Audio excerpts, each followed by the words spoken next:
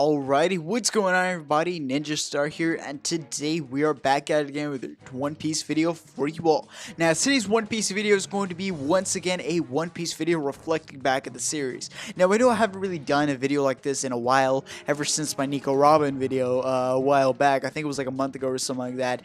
Due to the fact that, I haven't really been talking about the series that much because I've mostly been watching it.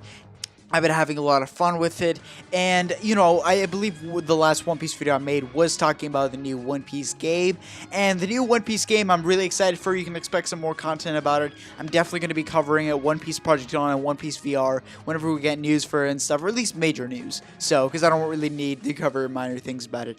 But in today's video, we are going to be talking about One Piece's main character, Luffy, and Luffy's a very interesting character in my opinion. I think Luffy is easily the most recognizable One Piece character there is. Many fan favorites, which is a lot different from a lot of other shonen, considering usually shonen protagonists don't always tend to be the audience's favorite character. It's almost always the rival. It's almost always some other character. It's almost always like a comedic relief or anything like that. But a lot of people seem to prefer Luffy and really enjoy Luffy due to the fact that once you get to post-war arc where you find out about Luffy's backstory and you find out a lot of Luffy's compelling characterization that makes him simple and easy to understand, but also a deep character when you really think about it, and Marineford and all the stuff that went on. He really does show that, this guy is still a kid. He's 17 years old, becomes 19 in post-Timeskip, really does begin to mature, realizing, the life of the pirate, I gotta stay strong for it, and definitely is a great character overall. And I think Luffy as a main character is a fair reason, not all of the reason, but a fair reason why One Piece is so popular in Japan and stuff. So yeah, that's just my tangent into Luffy. But today I want to talk about Luffy Pre-Timeskip, because Luffy Pre-Timeskip was a little different of a character than Luffy after the 2 years of training that he spent with, Rayleigh training in the forest and stuff, because here Luffy didn't really have that bad of a tragedy that happened to him, aside from the Sabo incident, which, Sabo, after seeing Sabo, Sabo die, Luffy heard about that, but he became more of an attachment towards Ace, because he at least still had one of his brothers one way or another. So, when you take Sabo's side, he still has Ace, and, when Ace left, Luffy was planning to leave 3 years later, and boom, Luffy began a crew in his first year and stuff like that, and there was that, and then Luffy didn't really have that much of a tragic moment. Sure, he cared for his friends, he was willing to go to the extreme to save them, but nothing beat it until Ace died right in front of him to a Kainu. And this is where Luffy began to realize, I can't protect anyone. He was really feeling he was into a depressed mood. He was almost in a coma in a sense with what was going on, and after Marineford and stuff. And it really did show that Luffy is kind of not like a always so happy character. He has this little side to him that he really cares so much, and if something happens to all of his friends or anything like that, he doesn't really think about what he has. He thinks about what he's lost. He's kind of relatable in a sense. Even though Luffy's not my favorite character, he's one of my favorite Straw Hats, one of my favorite characters. Luffy's fights in Pre-Timeskip was very interesting to say the least, because even though Luffy was kind of way weaker than he was, sure, he was still strong, but compared to his post-Timeskip, Luffy was a lot weaker. I think either way, Luffy Pre-Timeskip had a lot of interesting fights that I think should really be noted, and I really want to talk about it with you guys. And there will probably be, I think it's a little too early for post-Timeskip, but I can still see how it plays out. We can discuss later words, but for right now, we're going to be talking about Luffy's greatest fights in Pre-Timeskip. And we're starting things off right here. I want to start off with, going in order, I want to talk about Luffy versus Crocodile. Luffy versus Crocodile is an incredible fight overall. Luffy versus Arlong, I think, is a previous one that was really nice as well. I like how that was handled. It was mostly a lot of the emotional impact that was going on, but really, you didn't feel that much. I feel like if Fishman Island, or you saw Arlong's backstory before the fight, you maybe could have gotten a little more out of it. But, Luffy vs. Arlong was still a great fight nonetheless. Yeah, but I think Luffy vs. Crocodile was where it really stands for one of Luffy's greatest fights overall. Luffy vs. Crocodile really did show Luffy that there's this world of pirates out there that sometimes he can't even handle. There's warlords. This was, I believe, after Mihawk, this was pretty much the first warlord that Luffy fought against, and against Mihawk, I really wasn't even that big. It was mostly kind of focused towards Zoro, but even then, seeing what Luffy had to go, had all of his duels with Crocodile, seeing the reason Luffy was targeting Crocodile so much is due to the fact that, Vivi, one of his close friends, was, kind of being like enslaved by Crocodile, knowing all this stuff with Baroque works and all this, everything that was going on. Luffy did this for Vivi and for Alabasta, and to pretty much get out of the way, just destroy Crocodile once and for all, because he doesn't want people like this rampaging around, hurting others and stuff like that. So that's what Luffy did. He tried to stop Crocodile and the events that were going on behind the scenes at Alabasta, at Baroque works, all this stuff. And the journey that they went, to get to Alabasta, first of all, was great. But I think Luffy versus Crocodile, all 3 fights that they had were really well handled. The first fight's kind of a point for Luffy, where he gets obliterated due to the fact that, Crocodile's a Logia. He can't be damaged because Luffy didn't know how to use Haki at this point. And Luffy was getting obliterated, and he couldn't do anything, and Luffy was near about to die until, he managed to survive it one way or another. And the next fight, Luffy was a little more prepared. He found out kind of a little more about, he found out about Crocodile's weakness in this fight, and decided, you know what, I can start using strategies a little more, being a little more creative with my attacks, and maybe start using my Gomu Gomu no Mi a little more efficiently, like what Crocodile was saying. Rather than just swinging it around for punches and kicks, I can use it for more efficient techniques, and that's what Luffy did do. And I definitely like that this was kind of a learning phase for Luffy, kind of the transition, and Crocodile was starting to notice with Luffy, like, this guy seriously might have some potential. I should stay out alert a little more. And by the time the third duel rolled around, you could really feel the emotional impact for every punch that Luffy was laying against Crocodile. He was doing this for not only Vivi, but for Alabasta, his friends, everything like that. And I really liked what they had to offer here. The choreography for each fight was fantastic. Especially in the first fight, I really like that moment in particular, because, Luffy's like, oh my gosh, it's not going to be as easy as I thought. And I really like these series of fights overall. But moving on from that right there, I want to talk about the next fight in next fight of Luffy's that I personally really enjoy, and that has to be Luffy versus Usopp. Luffy versus Usopp is probably one of the most emotional one on this list, due to the fact that this was in Water 7. The crew had just gotten back from Skypiea. Their Mary is kind of dying down. They need to get a new ship one way or another, and it all started because of the Mary. Luffy versus Usopp. Usopp was constantly saying, like, Luffy, you probably shouldn't do something like this. It would be foolish, completely. Like, why would you give up something that you've been so attached to?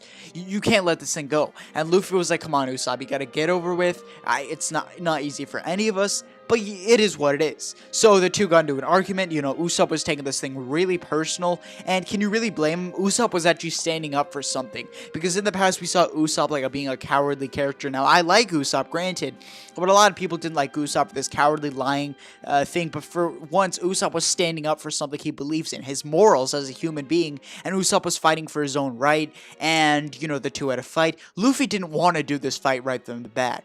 They had arguments here and there. Sanji had to stop it, but of course, either way, the two were still going to fight, and the crew hated watching this fight. They weren't cheering the whole way through. They were like, oh my gosh, is Usopp really going to do this? And yeah, it was a really emotional scene overall between the two. The blows that they were exchanging between one another. Oh my gosh, so great. And even though Usopp was kind of dominating Luffy here, and Luffy could have easily, even though he didn't really learn Gear Second, because it was after Aokiji that he decided, I should start developing Gear Second and Third, and Luffy could have maybe powered up a little more, gone a little full extent, but it's hard to hurt your friend that you've grown so attached to. Luffy's so close to Usopp, they have this little brotherly bond, and to see them fight, Luffy can't bear to attack his own, friend in a sense, and one of his closest Straw Hat members and stuff, and it was really hard for Luffy to fight against him. And Usopp, it was a well choreographed fight as well. I want to add that in there. Every blow, you could feel it, you could see every attack scene by scene, and great fight overall. When Usopp did end up winning, you saw the emotional impact right afterwards. Usopp was kind of defeated, but Luffy was like, you can have this ship, whatever. The Straw Hats leave, and it's quite a depressing moment. And I think that's probably one of the best, if not the best moment in Water 7 that we saw, not including, Enies Lobby, if you count them both as one arc, then yeah, the moment's fair. But this is still, I would say, easily top 10. If you count, or no, not even top 10. I would say this is at least like top 5 if you count both of them as one arc. If for just Water 7, it's number 1 for me. Now, moving forward to my next fight, which is kind of funny how I was saying like Water 7 Enies Lobby. The last fight that I have on here, and probably the best one, in my opinion. It's funny because the order that these go, I think the fights get better. This is the best pre-timeskip Luffy fight that we get. I would say that this right here is fantastic. Luffy versus Rob Lucci in Enies Lobby. Luffy versus Rob Lucci is the climax of this whole CP9 saga, and boy oh boy does it end off so well. Now, we'd already seen after here, like, we'd had a ton of build up towards this, seeing what CP9 was going undercover this whole time. Robin's like a debt to the government and stuff like that, that she had to obey one way or another, and she had to go through all this, and Luffy was really feeling that. And Rob Lucci, you know, the head member of CP9, has kind of, you know, as a huge factor in this, and Lucci isn't gonna let, you know, Robin pass, even though Luffy's here to rescue his friend. He's going to the extremes. He just declared war on the world government. The Cypher Pole, like the underdogs, they gotta do their job. We saw Lucci, you know, as this fight was progressing, we all saw kind of Lucci's backstory, and it was interesting to see that as well. But I think every single blow that was going on, Luffy was trying to save Robin. Luffy was trying to save his Nakama crewmates, and Luffy was going to the extremes, and Lucci wasn't going to let this be. It's just his version of justice. Rob Lucci has to do everything in his power to stop Luffy from getting to Robin. The Cypher Pole has to obey government's orders here and stuff like that, because Rob Lucci is a trained assassin. He has to do this stuff. So it's kind of an order right here. It's very well handled. Every single thing in this fight is so great. From the moment Luffy does, Rob Lucci, you know, kind of takes off his hat, it's usually long-haired Lucci versus Luffy. The first two blows they exchange with one another. It's a great scene overall. The two start, you know, Luffy goes to gear second. Rob Lucci goes to his, uses his devil fruit, transform into a leopard-like human, and it's so great, I will say. And the fight's so well handled. It doesn't like it feels like something completely different. Luffy's going all out. We've never really seen him anything like this before. We saw, you know, a demonstration of Gear Second with Blue Note, but that wasn't like the full extent. This is the full extent. Luffy's really going all out for this. And we also get to see Gear Third, which Luffy didn't really have a full mastery of it. We saw kind of a little bit like how he shrunk earlier with Kokoro's granddaughter and stuff. You know, we saw kind of that, we saw that little funny thing, but here we saw like Luffy completely underestimates Luffy's third gear. His arm becomes the size of a giant. No one would have expected that. That was a crazy moment. And then, you know, it's just fantastic, you know? Seems like everything is gonna fall once Lucci gains an upper hand on Luffy, showing, hey, sometimes you aren't built for this type of stuff. Just let it be. Your friend's gonna die either way. You had a chance. You didn't even need to chase after your friend, but you chose to do so. We're gonna have to kind of punish you here, and that's what they did. But then Luffy completely gets back up, and I love this scene in particular. Like, I know I've talked about my love for a lot of scenes, but this fight, this one moment in particular, where Luffy gets up, gear second. Not really using gear third, and go Gomu Gomu no Gatlings, rob Lucci to death. Basically, like, Lucci's tired.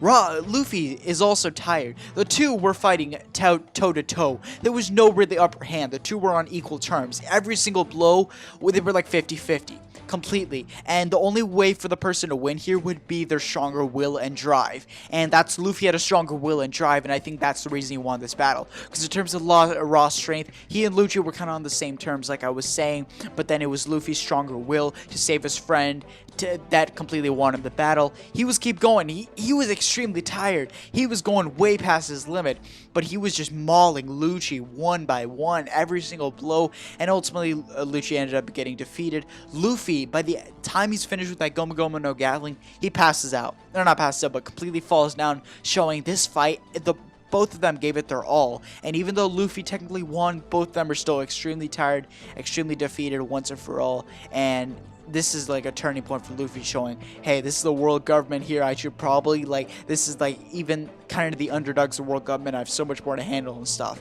And yeah, that's basically every bit of the pre-timeskip Luffy fights that I think are the best. Now, of course, you know, Luffy had his Marineford fights, you know, like there was, I feel like Luffy, it was a lot between the stuff between him and Ace. Not the fights, but like the emotional impact that he was going to rescue his his brother and stuff that made it so great. There were so many other great fights too. I'm not saying these are the only good fights. There are plenty of other ones. Like I was saying, Luffy versus Arlong's a great one. Luffy versus pretty much a bunch of Marines at Marineford. Luffy versus Magellan and Impel Down was a pretty good one as well. A bunch of Luffy's fights at Marineford, going up against the 3 admirals. That's a great Luffy fight right there. And I would have probably picked it, definitely went more in detail about it on this list, but Luffy versus 3 admirals was still pretty short. And even though it was a fantastically handled fight with, you know, Luffy's emotional, it's the 3 admirals. Like, I would say Luffy can't stand a chance with even like one of them. You know, he's gonna get bodied. Even if they like barely try, they can still probably body him. But it's his own will to get to Ace, to save his brother. He's going to the extremes to save him. Like, he broke into the most guarded facility and then broke out of it, and then going in the middle of a war just to rescue his brother. That shows it doesn't matter if there's 3 admirals facing right in front of him that are extremely powerful. He's here to rescue his brother, and that's a great scene. I will admit that. I wish it was a little longer, but to be fair, if it was a little longer, Luffy would have been dead. So he kind of just had to swift past them to go up top, you know, go Thace, you know, face like against Sengoku, you know, the usual. There was also a bunch of other Marineford fights that he had, kind of mini. There were like mini stuff between him and Smoker. There was mini stuff between him and Mihawk. You know, there was other stuff, but it wasn't too big because a lot of Marineford fights, aside from I would say Whitebeard versus Akainu, were kind of short to be honest. But I did definitely enjoy a lot of Marineford. I think that was a lot focusing on Luffy's character compared to his fights.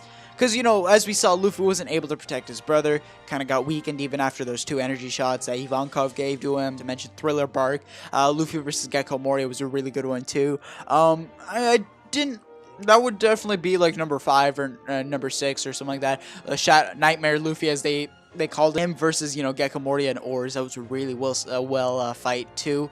I like how they handled that because, you know, Luffy was getting the shadows from everyone else. He had not only rescued his shadow, but a bunch of his friends as well. That was a great scene overall. I really like how they handled that. And yeah, those are a bunch of my favorite fights overall. They're all pretty good. I really enjoy how the animators did. Say what you will about Toei, I think Toei did these fight scenes very well. Did them justice, so yeah. Anyways, guys, what did you guys think of the video? I know there are plenty of other Luffy fights I could go in detail about, but I basically decided to go mostly in detail for 3 of them and then talk about it for a little bit for 2 of them and stuff, so yeah. That's kind of what I had to say in this video, guys. I hope you all enjoy. What are your guys' favorite Luffy fights in Pre-Timeskip? Because I think Luffy and Pre-Timeskip had a lot of interesting fights, a lot of great fights overall. I will hopefully talk about Post-Timeskip when I actually, you know, do get caught up and stuff. Because at the moment, you know, I'm not caught up. As many of you know, I'm still a more recent fan of One Piece, but I'm still really getting attached to the series nonetheless. But all that aside, I hope you all have a great day. And Ninja out. Peace, everybody.